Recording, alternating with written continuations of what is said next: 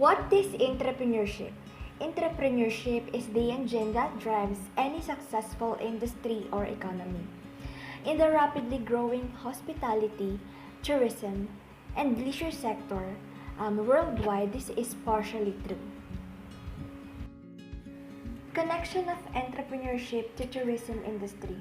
It refers to the activities of the major group of stakeholders for this service sector, primarily designed for the effective and profitable interaction of demand for and supply of tourism products. So, its connection with entrepreneurship takes account to the economic development of tourist areas, aims to create sustainable businesses by increasing the capacity and willingness of enterprises to develop, organize a business to manage risk and profit.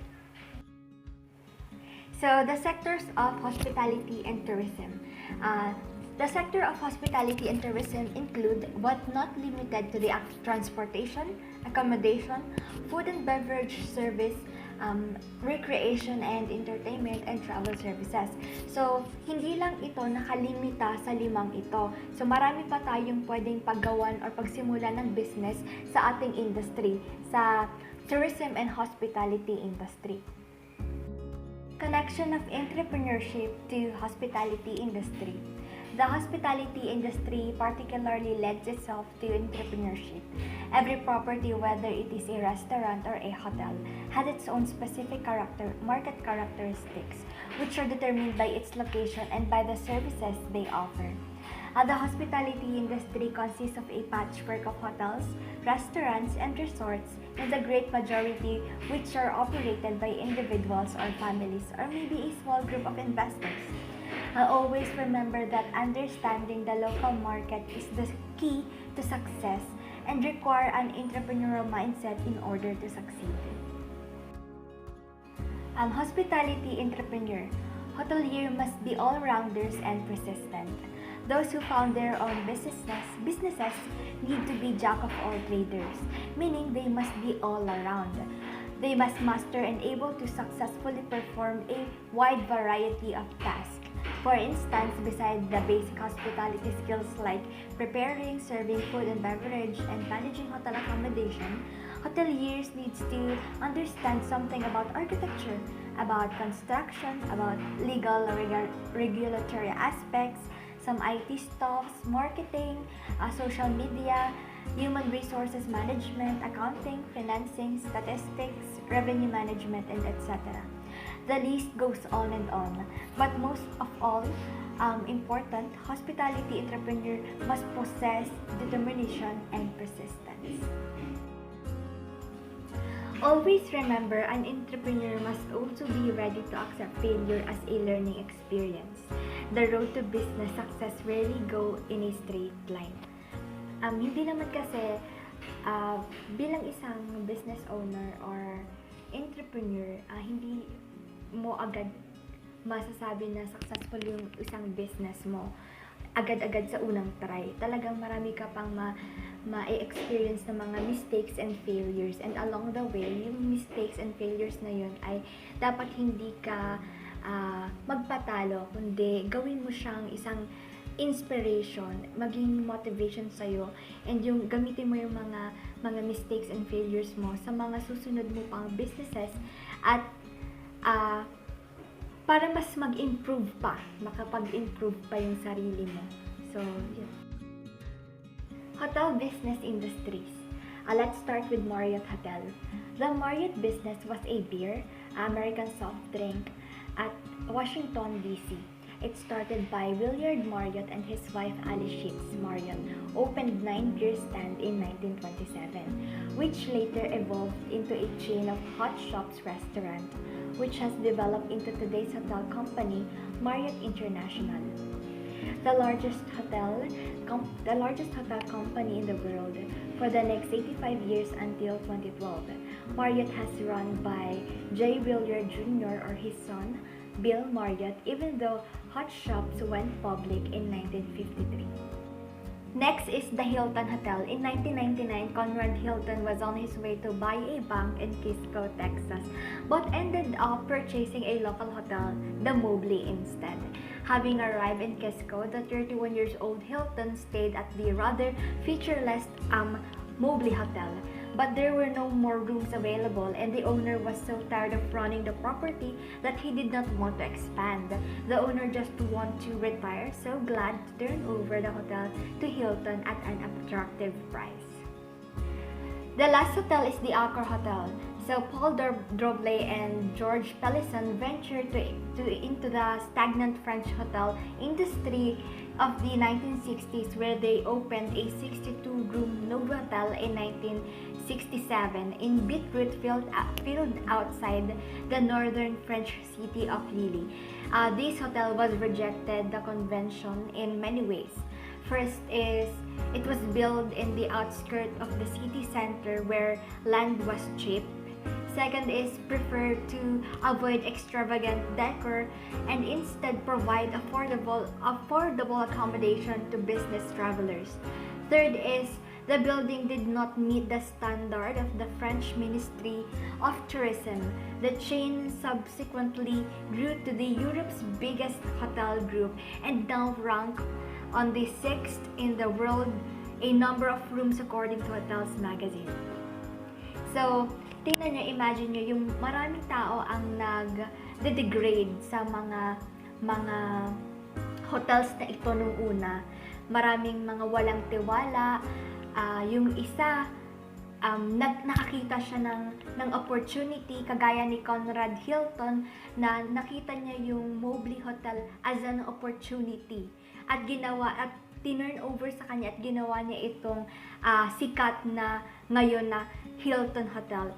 Just like Marriott Hotel naman, na yung mag-asawa is nag-start lang sa isang drink, yung alcohol drink nila, and hanggang sa napalaki yung business na ngayon ay nakilala na natin as Marriott Hotel. And lastly, itong Accor Hotel naman ay ang dami niyang mga pula sa kanya ng mga tao doon sa France, na ito daw kasi ay kesyo hindi siya naka-build sa ganitong lugar or madaming decors, ganyan. Pero tingnan mo naman ngayon, at isa sa 6 na world largest hotel according to Hotels Magazine.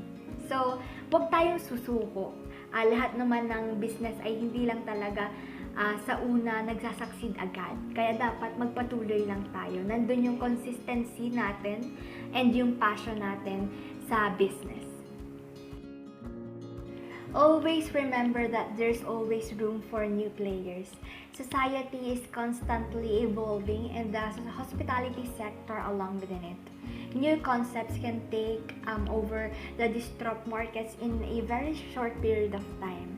So, huwag tayong mangamba kung ang dami-dami nang nagsisitayuan na mga businesses around the corner, kasi there's always room for us. Laging may opportunity na naandyan para sa atin. Kailangan lang natin itong makita at kailangan lang natin talagang magsumikap sa lahat ng bagay, kasi hindi naman ito nakukuha lang sa madali or hindi lang ito sa madaling paraan na nagagawa. Talagang pinaghihirapan ito sa simula pa lang hanggang sa pagpapatayo at hanggang sa dulo ng business. So, tayo na mga hospitality management students ay huwag tayo mag-alala, kasi after we graduate, alam ko na mas marami pang opportunities ang tatanggap tayo, at marami pa rin tayong dapat pa tayong matutunan ngayong college days natin na dapat ay madala natin hanggang sa pag-graduate. So, huwag tayong mag-alala, kasi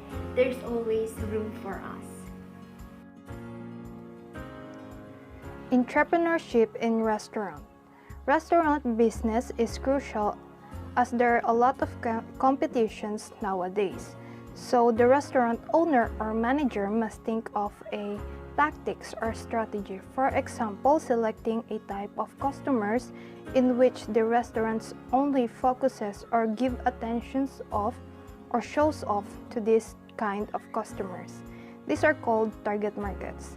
Target markets are which the business aims in making effort and giving attentions of.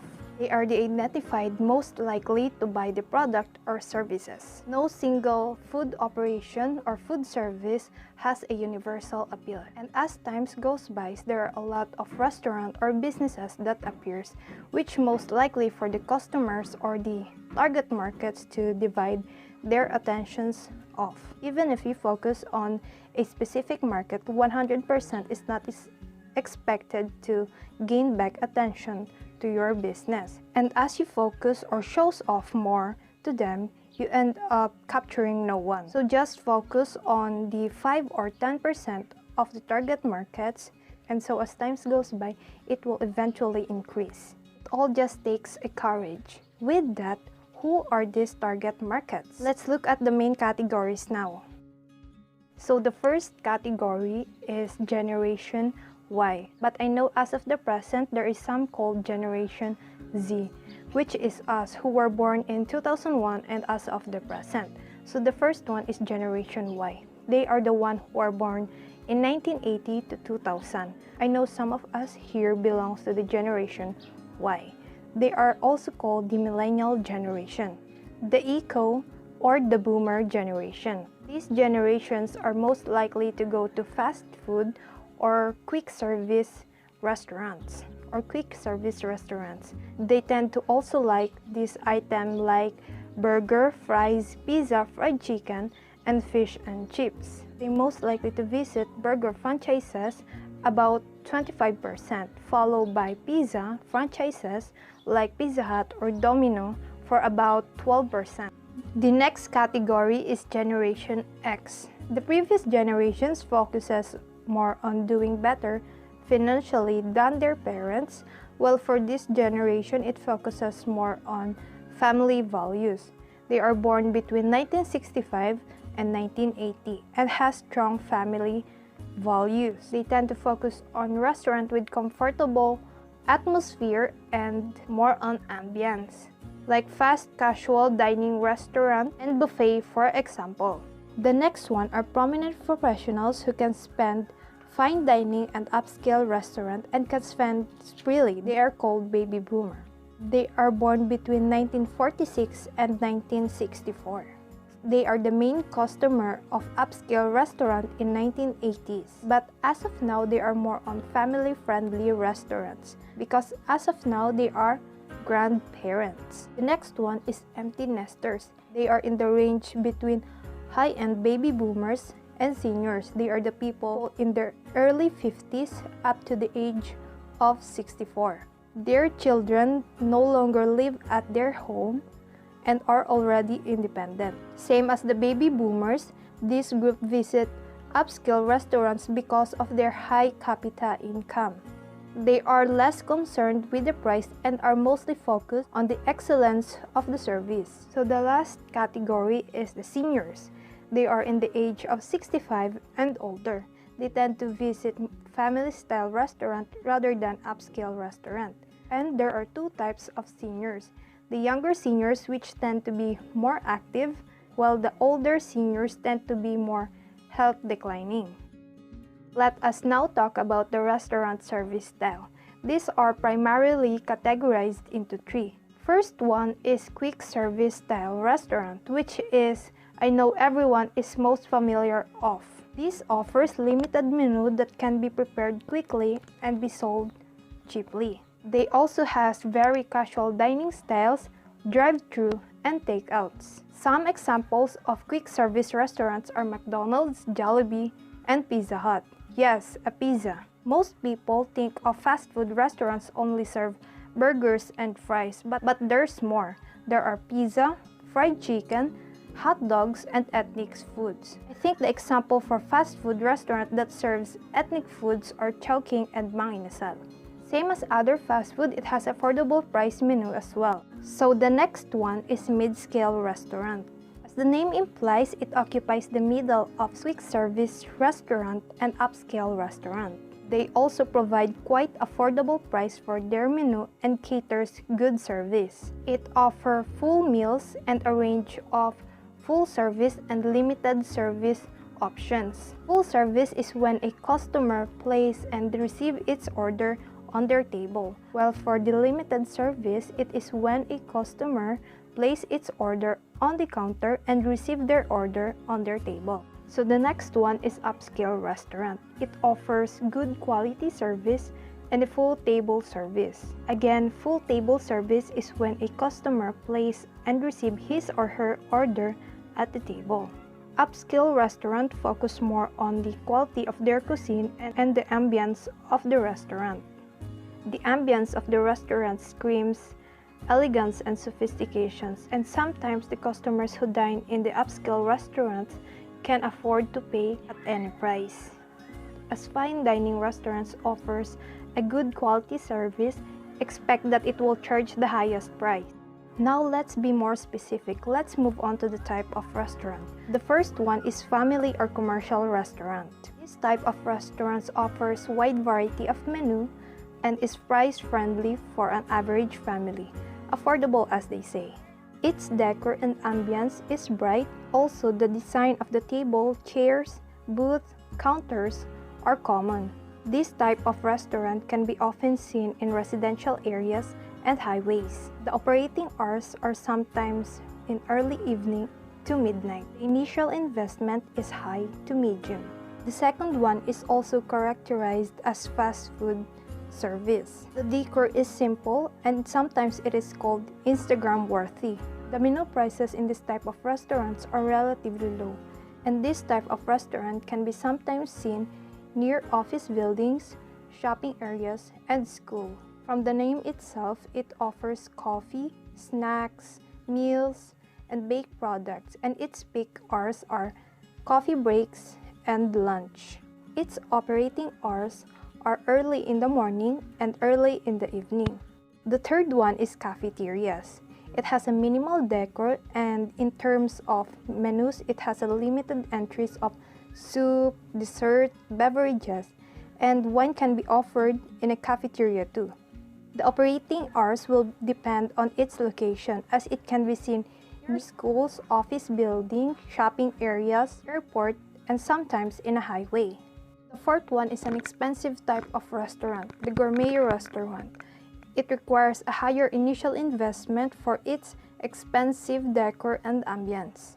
From the name itself, gourmet, it means someone who is expert in food and wine. This type of restaurant caters for those who want a high quality of food, wine, services, and is willing to pay for the price. The menus in here are thoroughly planned and the staff are highly trained. Evening period is the emphasis. Dinner here are for elegance and sophistication. Word of the mouth advertising and repeat business are the key for success. Spread of words from the customer as they recommend and share the quality service they have experienced too in this restaurant. The fifth one is ethnic restaurant. This type of restaurant features specific regions or country. The decoration in this type of restaurant has an ethnic motif. For example, the Chinese restaurant, they hang red lanterns as decorations. They serve authentic cuisines from the region or country they present off. The menu in this type of restaurant sometimes range budget high. The initial investment in this type of restaurant is high because of staff training and decorations. In some ethnic restaurants, they train the staffs in accordance to what region or country the restaurant motif is. The sixth is the fast food restaurant. The fast food restaurant has increased in the past 20 years as of the people has become more mobile. The first ever fast food chain is White Castle. It opened in 1921 in Wichita, Kansas. Franchising is common in fast food restaurants. The menu is limited but in low price. It is affordable enough. Well-trained staff is also required in fast food restaurants. The fast food restaurant sets standard to follow for the franchisee in terms of the quality of the food and for the staff. Standards and quality are maintained all throughout the franchising. As the menu is limited, it has been their strength in terms of purchasing power as it has less waste and low labor costs. Fast food nowadays offers eco-friendly materials. and is disposable. It is sometimes made out of papers, just like in the McDonald's. Eco-friendly material is convenience as it can be easily disposed. The next one is deli shops. Deli shops provide delicatessen food service, combining traditional delicatessen, cold meats, cheese, and takeout sandwiches. As deli shops offer limited products or menu, it also has a limited seats. They are also located in shopping areas. It has a low labor cost as everything is already pre-made. The next one is buffet restaurant. Buffet restaurant is established on a self-service basis. The foods are already prepared on a long table and guests do self-service. Mostly, this type of restaurants are eat all you can. The prices are also reasonable as it caters to family friendly. The last but not the least is the transportation restaurants. There is a natural link between transportation and food service. This type of restaurants can be seen near bus stations, train stations, in the airport, or in the cruise ships. This kind of restaurant can be profitable if it is maintained. Example of this type of restaurants are the overnight trains in Europe. Mostly overnight trains in Europe provide a 5-course meal restaurant. If you love watching in Asian food channel, there is this show, the Jonathan Pang's Gourmet Train. Expect this type of restaurants to offer high price of meal. So let's now move on to the franchising. Franchised restaurant is the major component of food service, especially fast food sectors. So what is the meaning of franchising? Franchising is the method of distributing the product or services. The franchisor establishes a brand or trademarks, and the franchisee pays the fee to do the business under the trade's name. There is already a system or standard that the franchisee follows. In early days, franchising common practice is selling a franchise individually. Today, regional franchise is more popular. It allows to develop an outlet franchise in a specific area. For examples, Wendy's in the US gives Canadian country the territorial rights for Wendy's restaurants operations. Franchised restaurant is common in fast food chains such as McDonald's, Kentucky Fried Chicken, Pizza Hut, and A&W Root Beer, which is mostly common in the US only. And also Burger King. There are also fast food with dine-in times like Wendy's and carry-outs like Orange Julius. There is also a table service style like Denny's Steaks and Ale and Victoria Station. There is a buffet style restaurants such as Bonanza. Most of the restaurants said are mostly common in Europe and US. How to start a restaurant?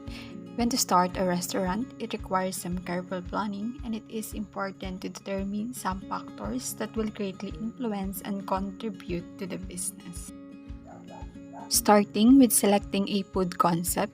In selecting a food concept, we are expecting the business or the restaurant itself to provide what type of food service they want to introduce to the customers, what kind of dining experience they will encounter, and if the food offered to them really match and suits the establishments. Carving your niche. So what is niche? Niche is a specialized segment of the market for a particular kind of product or service. Carving a niche in business isn't necessarily about offering a product or service. Make sure that you are much familiar with the segment of the food industry you have entered. And in fact, you may be offering the similar service and products to other companies in the industry, but the way you deliver them could be what sets you apart and have edge from the rest or competitors. Example, if you are a sociable person, choose a food service business that gives you plenty of opportunities to connect with your customers. But if you are not particularly sociable, you tend to work in commercial business, perhaps a bakery or catering business. There you have to deal more with your operational issues in business done with people. 5 steps to carving out a niche business. Although there are many strategies to have an edge over your competitor, you should still always Strive to offer high quality, affordable products and great service to your customers. Being the best at something can be harder than being the first to arrive to a new category or niche. The first one, define your industry or knowledge base. Before you can find a niche within a broad market, you have to first determine what market you aim to enter. An example of a market could include the medical field, banking, food and beverage marketing, and any other field. Next is break broad market into a specific niche. Once you already define what your field is, you can move to specific areas within the field. Example, if you are in the field of internet marketing, you should be more specific on what area of internet marketing you will focus on. So you could focus on just e-commerce sites and site structure. In simple words, you'll just need to be more specific on what areas of your chosen field you should focus on. Next one is to put your specialty to the test using the SPAN method. The SPAN method is a simple 4-step process that is developed to help clients through the process of determining if their micro-specialization is feasible. The first acronym stands for subtopics. You will need to determine if there are enough subtopics within your specific niche. You can find subtopics on the internet or books based on your subjects, and there will be related searches. The second is pain. This doesn't necessarily mean physical pain. It simply means there is a need that merits attention, a problem that needs to be solved. A for attainable. You need to consider if your offering is truly attainable. Can you actually do the service or offer the product that these people need to fix their problem, easing their pain? If you do not feel you can solve their problem, you should find another micro-specialization. And for numbers. A great way to determine this is to look for Google Ads, which will indicate if other people are spending money in an effort to attract an audience within your chosen niche. Become an educator and advocate for the success of your prospects. Be the contact for your prospects when it comes to high quality information about your chosen specialty. The best way to accomplish this task is utilizing elements such as blog, post, or making a video. Next is make sure that your content is in front of new people. Getting your content in front of new people on a regular basis is a requirement for success. Working in a restaurant. Working in a restaurant can be both challenging and rewarding. Deciding to enter the industry is a decision you need to make carefully. After all, what one person may love about restaurant work, another may not. The key though is making sure your decision is informed and taking you in a direction you want your career to grow. Ideally, you should work in a restaurant similar to the type you want to open. You might not like the business, or eventually you may realize that you are more suited to the different operations. Sooner or later, you'll discover that you are exactly in the right place. Just like Scott Redler said, as soon as I started working in a restaurant, I realized this was my passion. Redler has worked in various restaurants for 11 years. He opened a Chinese fast food place at the age of 26. His venture failed within 8 months. Then he went to work in a large restaurant company where he made his position turn to senior vice president overseeing 15 operations. In discovering business opportunities, the following factors or resources have to be evaluated. Markets. In market, you need to recognize who are your potential consumers, who will be your competitors, considering the price of the product or services offered. You need to evaluate if you purely satisfy your customers. Individual interests. Business of individuals may vary. Not all people will be interested in hospitality industry, so the interest should match the business opportunities. One example is if you are living near universities, it may be a good opportunity for you to sell food or running boarding houses. Capitals. Starting a business may require money or capital. Those who have limited capital may focus and start with micro business. Skills. Having the proper skills would be a great advantage for every entrepreneur when starting a business. Example, if you want to open a restaurant, it will be beneficial to you to have cooking skills or any related restaurant skills. Don't rely on someone to run the business for you because a hands-on entrepreneur is the one who's likely to succeed. Supplier of inputs. Come to think of having no materials to be used in production, and then we have nothing to produce and sell.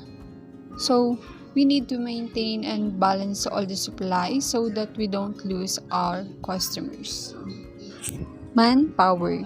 The employees possess the great contribution to the company's success, and to make the business feasible, make sure to have well-trained personnel to work with you. Technology. Everyone's tastes and preferences are not permanent because everyone is influenced by the innovations, where innovations are the product of technology. New product and services introduced leads to improvement, and improvement to customer satisfaction. Awareness of technology is needed for every entrepreneur. SWOT analysis. SWOT analysis looks at internal and external factors that can affect your business. It is a planning tool in order to understand the strengths, weaknesses, opportunities, and threats in every business. It addresses what you're lacking, sees your openings, and minimize risks. You'll get more value from a SWOT analysis if you conduct a specific objective or question in mind.